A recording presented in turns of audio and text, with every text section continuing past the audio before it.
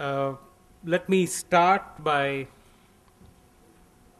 saying that the topic is pretty large, and we all know that it's quite impossible to talk about the topic in its fullness. Uh, you would need something like 3 to 4 hours, hoping that everybody maintains the same intensity.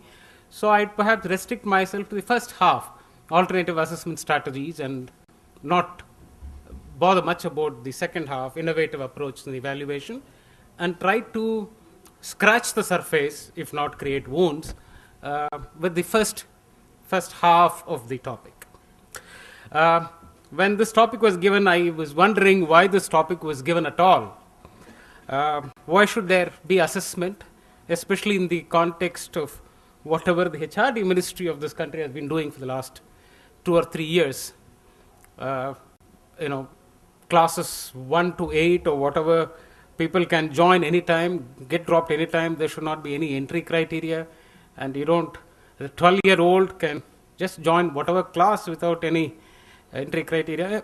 Like the Calcutta tram, you can board anytime, get off anytime, and if you're lucky, you don't even have to buy tickets. But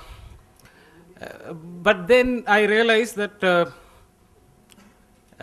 things have to be talked about seriously, and despite whatever ministers do and ministries do, we should raise these questions and try to get answers. Fine.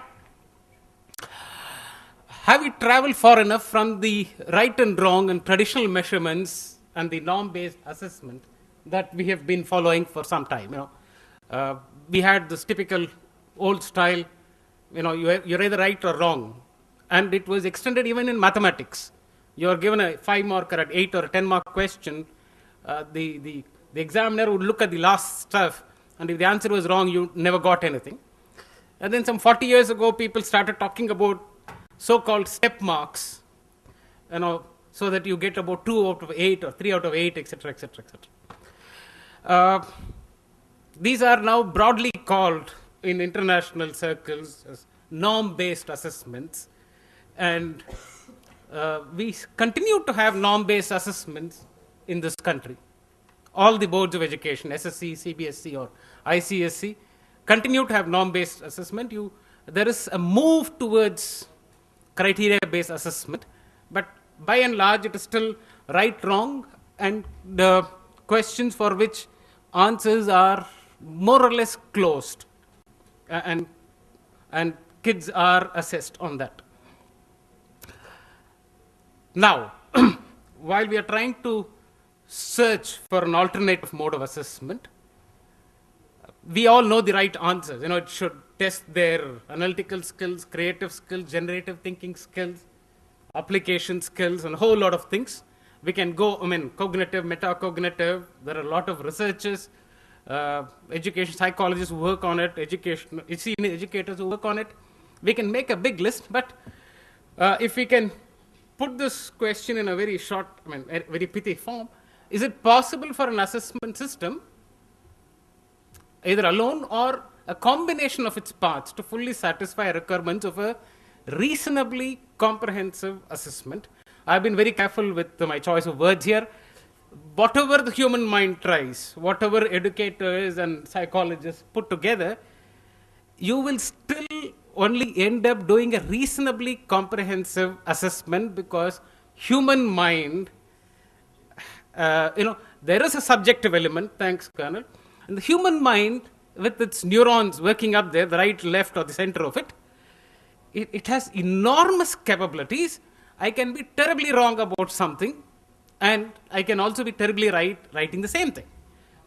So we have to be very careful that we don't sit on judgments over things, but then that's why this moderative element there can be look at a reasonably comprehensive assessment. Fine. And let's now try to fix certain cornerstones here. What is a good assessment system? Even though it is politically incorrect, I would say a good assessment system should have rigor, even if it is a politically bad word. Rigor doesn't mean being strict. Rigor means once you define this is the system, a student or a teacher, because when assessment, we are talking about learning styles and teaching styles both. When you talk of rigor, by rigor I mean it should measure up to whatever the system expects of you, and that should be gone through. Very different from the way we are conducting sessions here. If you set something, it should be stuck to. And any assessment, in addition to rigor, should be comprehensive. It should try to assess all those components that you think a teaching learning process delivers or is expected to deliver. Fine. For example, this is not a comprehensive list. Let's say we are looking for a system that measures up to modern society's demands of acquisition of knowledge, content theory, whatever, application of knowledge, ability to recall, interdisciplinary skills, transdisciplinary approaches and skills, critical thinking, analytical thinking, etc., etc. The list is long. We know, all of us know it here, so I'm not going through that. But so we are now, the organizers of the meet want us to discuss possible alternative systems of assessment. So this is what we expect that system that we are talking about should have. Okay.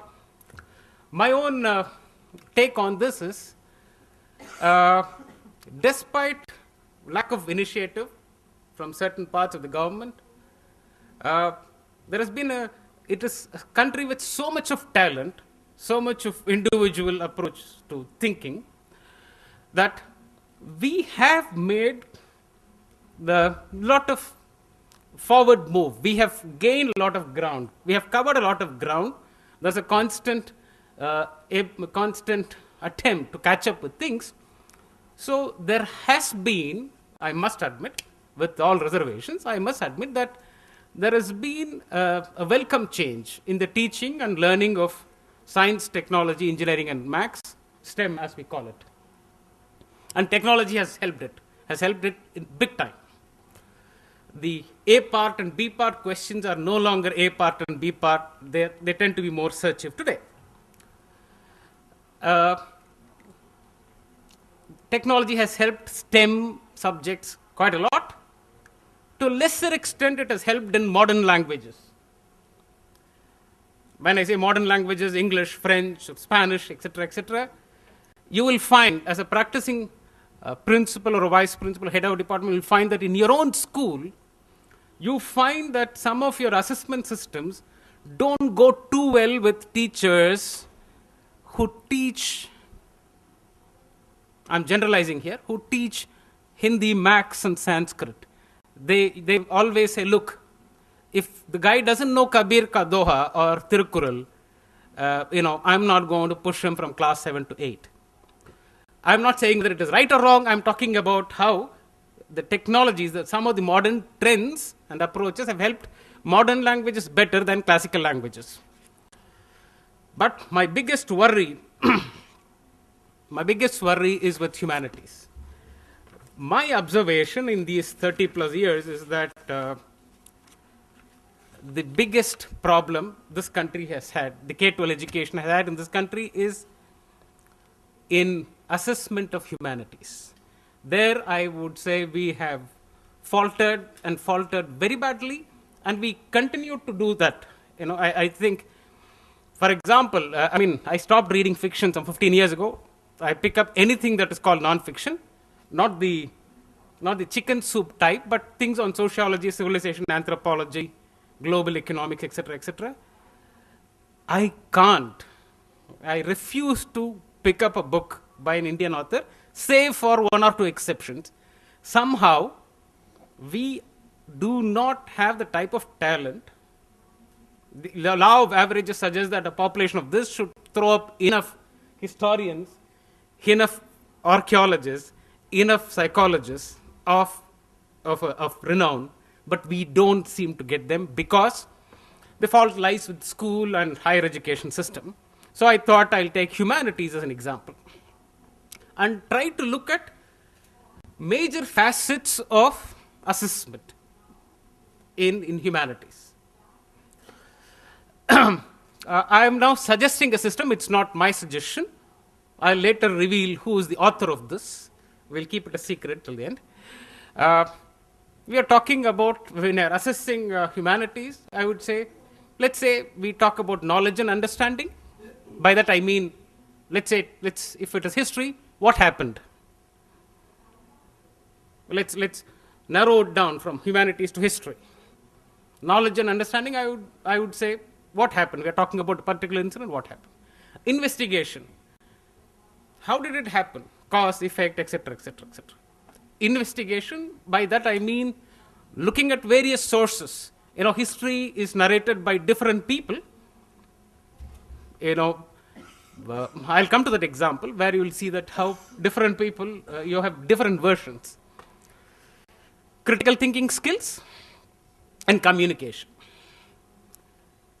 So my theory here is that if you have a system of assessing humanities which takes care of these 4 broad parameters and apply the criteria and certain grading criteria, perhaps you can look at it as an alternative assessment system.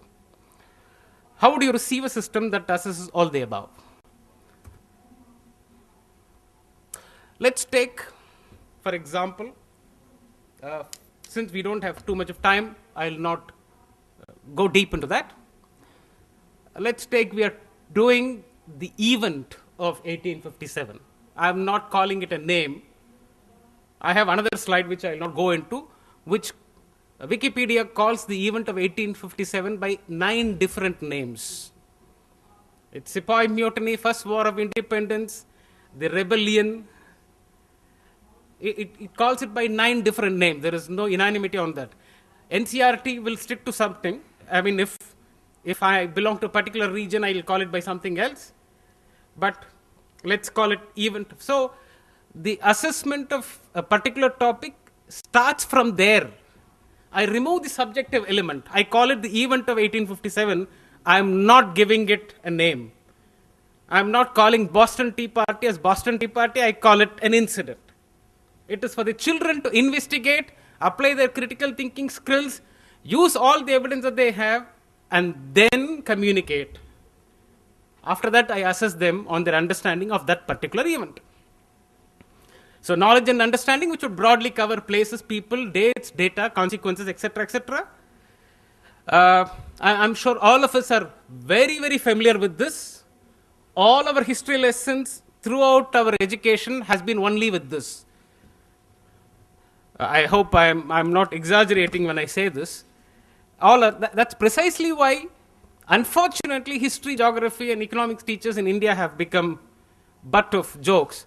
Unfortunately, it is not their fault. I'll come to it later. It is not their fault at all. It is the assessment system that has made them the villains. Investigation. The second assessment criteria. What happened according to various versions, diverse views, processes, portrayals. 1857, if you take, some of the Nawabs had a different opinion. The peasants had a different opinion. The hired soldiers of the British in the Bombay and the Madras presidency did not even join. They had a totally different opinion. Some of the British commandants had a different opinion, and a lot of individual British families, for no fault of theirs, lost their lives and property. They have a different opinion. Then apply critical thinking skills. All that you have is data, information, reviews, portrayals. You pull together all the thinking skills. It could be interpretative, analytical, critical, generative if possible, because generative is a totally different type of thinking skill. It's very, very individualistic. And utilize various approaches to learning. You have a concept called approaches to learning. There are curricular frameworks which don't give you curriculum, but talk about only approaches to learning. The topic or subject could be anything. But the focus is on approaches. In this very own case, incident of 1857, you are looking at very intelligent outcomes of these. It could be religion, it could be tradition, It could be loyalty to small groups of hired subedars. And only when you indulge in critical thinking with the data that you have, can you have revisionist perspectives of history. This is something very important, especially in a country like India, where history continues to be taught even when the rest of the world knows that this is wrong, because Indian textbooks still talk about Aryan invasion theory, which the rest of the world threw out of the window in 1992. There is no Aryan invasion theory at all. I can say it with all the confidence that I have. This is what the entire world knows, but our books continue to talk about Aryan Dravidian and Aryan invasion theory. So such a type of assessment makes the student come out with revisionist perspectives. Right or wrong, it's for the elders to decide. But it makes them come out with this and raise unresolved questions. Yeah. Fine. The fourth assessment, communication. Because in any assessment theory, you expect kids to communicate. Communication could be through any part. Group discussions, individual or group presentation, paper, pencil test, enactment, portfolio, video clippings, eyewitness accounts, etc., etc., etc. Okay? I have similar one on science, similar one on languages. 6 different perspectives, assessment criteria for sciences. And some more for languages, but then we'll have to respect the chair and the time. Thanks a lot.